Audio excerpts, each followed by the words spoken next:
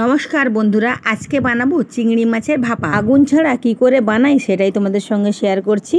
চিংড়ি মাছ খোসা ছাড়িয়ে লবণ হলুদ মেখে নিয়েছি। পেঁয়াজ, শুকনো লঙ্কা, জিরে, কাঁচা লঙ্কা চিড়ে নিয়েছি ও আদা নিয়েছি। কাঁচা লঙ্কা বাদ দিয়ে বাদবাকি সব মশলা ব্লেন্ডারে ব্লেন্ড করে নিচ্ছি।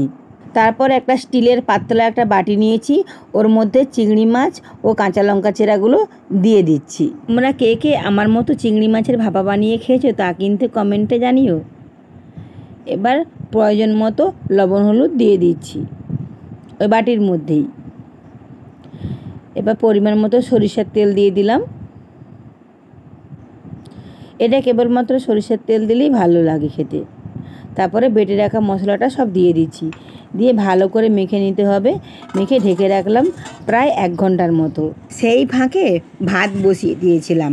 এবার ভাতটা হয়ে এসেছে, এবার ভাতের থেকে জলটা ঝরিয়ে নিচ্ছি। এবার হাঁড়ির ঢাকনাটা খুলে ওর মধ্যে মেখে রাখা মাছের বাটিটা চেপে বসিয়ে দিতে হবে। সুন্দরভাবে চেপে বসাতে হবে। আমি যেমন করে বসিয়েছি আপনারাও ঠিক আমার মতো করেই বসাবেন। তারপরে ঢাকনা দিয়ে রাখবেন প্রায় 1 ঘন্টার মতো। অপেক্ষার পর এবার ঢাকনা খুলে ভাতের হাঁড়ির থেকে চিংড়ি মাছের বাটিটা বের করে নিয়েছি। চিংড়ি মাছ ভালোভাবে সেদ্ধ হয়ে গেছে এবং প্লেটে সুন্দর করে সাজিয়ে নিয়েছি।